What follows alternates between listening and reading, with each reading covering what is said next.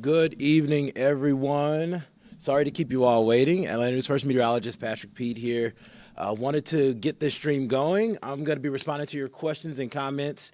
I'm going to ask you to bear with me because we're streaming on multiple platforms, including our YouTube channel, but also on Facebook.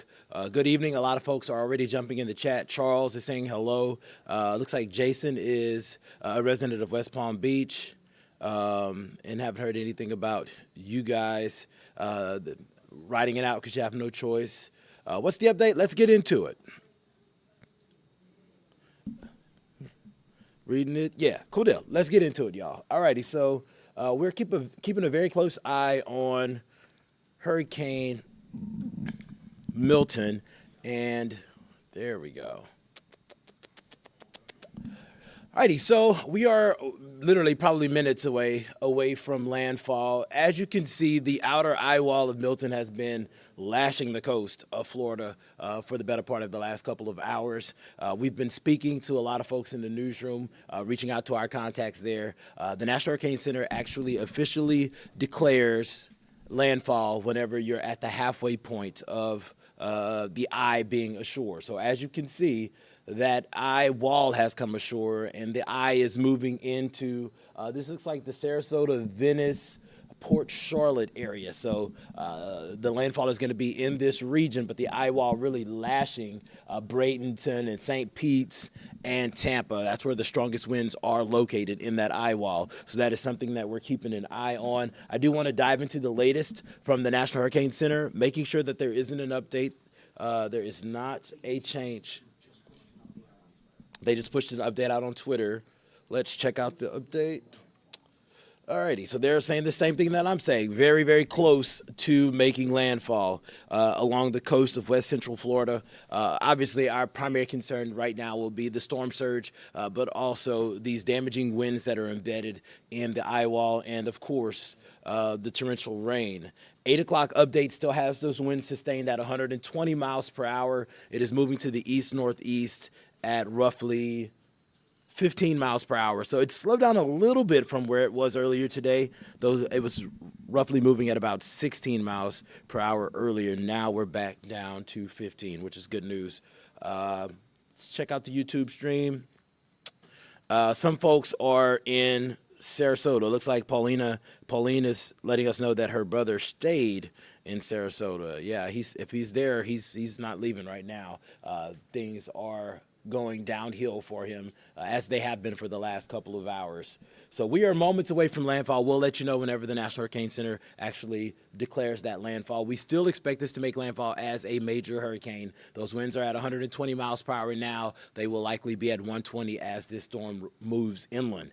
This storm will be able to maintain its hurricane intensity as it rushes across the peninsula. So this will still be a Category 1 storm as it is emerging on the other side. So this will move just to the south of the Orlando area, most likely producing some very strong winds in Orlando, because it appears that Orlando is going to be just to the north of the center, which is where some of those stronger winds are embedded. This will eventually move out to sea and become just a maritime issue, weakening as it starts to move out over the open Atlantic. The wind shear is a little bit stronger out there, so there's not much to really keep this storm going beyond that. I want to give you a look at our in-house model. It's been pretty much picking up on this dynamic for the last couple of days, bringing that center in somewhere in between Tampa and Sarasota. This is also going to be in that area where Ruskin is, north of Port Charlotte. So if you have any folks that are there, hopefully they have already evacuated. There's no movement at this point. There's probably not going to be any of the first responders getting out until things have quieted down out there. Someone just asked in the chat, is this a Category 5? No, this is a Category 3 storm. Winds are roughly at 120 miles per hour. If you've been checking in with us for the last couple of days, we've been bringing you on this journey where the storm was a very, very powerful storm, actually fifth strongest based on pressure at some point a couple of days ago. We knew that this was going to move into an environment that was less conducive for it to maintain its structure. And the forecast was for this to weaken and make landfall as a Cat 3, and that appears to be what is happening. So this storm is moving in as a Cat 3 storm. I'm trying to make sure that I'm checking all the comments. You guys are a little quiet on Facebook. I'm going to let that ride. let's get with this in-house model. So as it moves inland, it is still going to maintain some strong winds, some heavy downpours, and even as it moves through the Daytona Beach area, guidance is hinting that they are going to experience some hurricane force wind gusts, which means that those winds could gust upwards of 74 miles per hour as the storm is pushing off towards the east. By tomorrow morning at around the 8 o'clock hour, everyone in Tampa and the west side of Florida will be drying out, and the east side will gradually see things improve as we approach noon, clearing out as we head into the evening hours. Very concerned about this storm surge. You know, one thing about a hurricane, especially when it's a storm that is very, very intense and those winds are whipping at 160, 170, 180 miles per hour.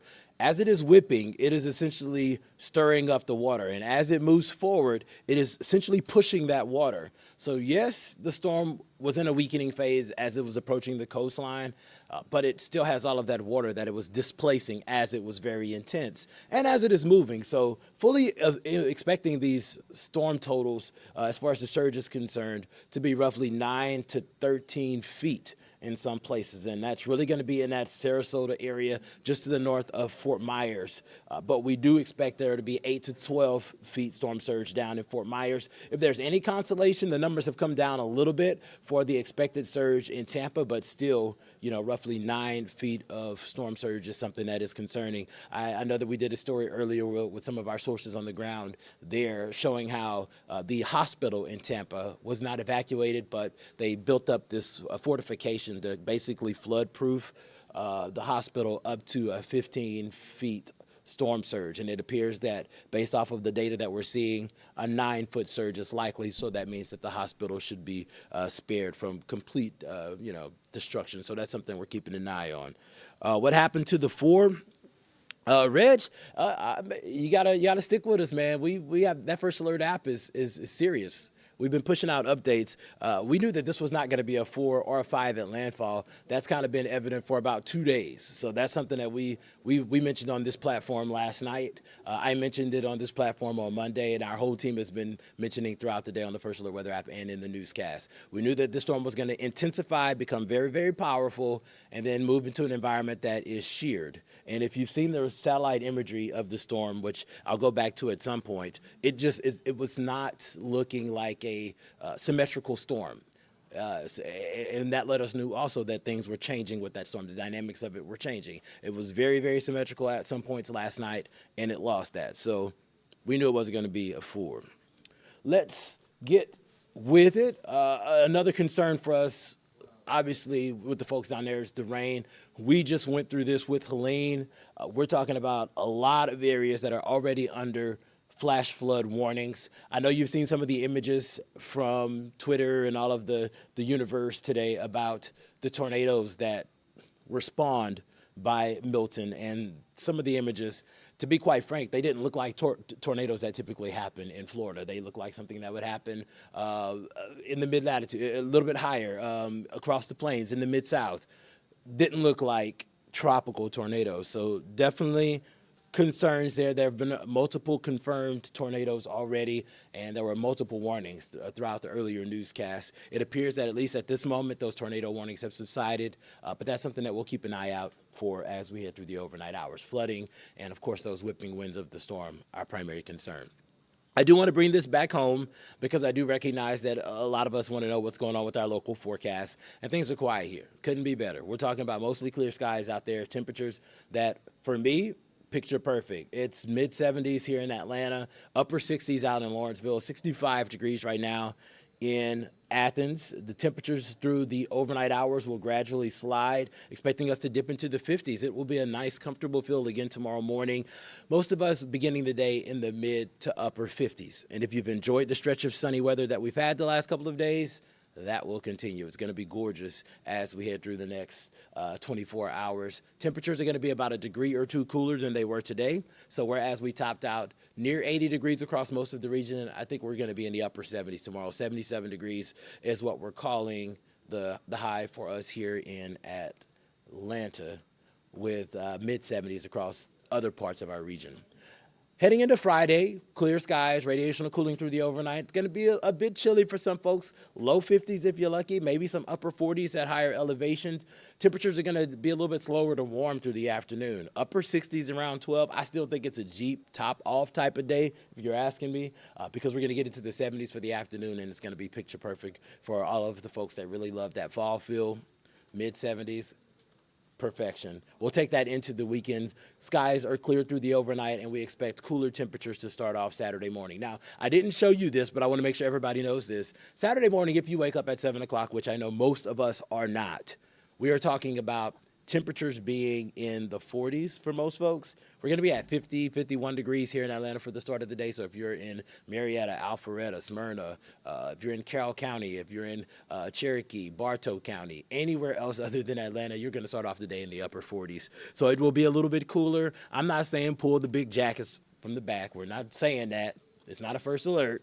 But it is going to be a little bit cooler. And I haven't had to pull out a light jacket in quite some time, and I'm probably going to do that on Saturday morning. So just be prepared for it. Don't be shocked. I think the afternoons are going to be pretty much picture perfect. Upper 70s on Saturday. We climb into the low 80s on Sunday. There's a lot going on this weekend. So to have sunny skies and comfortable temperatures, whether you're going to any of the parades, the festivals, anything, music outdoors, you really couldn't ask for a better weekend to get that done. That also means that it's going to be a nice weekend for our outdoor run. Y'all know that I'm trying to get back to being able to run 7 miles. We're working on that, and the weather is going to give me that opportunity to get that done. Here is the 7-day forecast where the weekend is in view, but also heading into next week.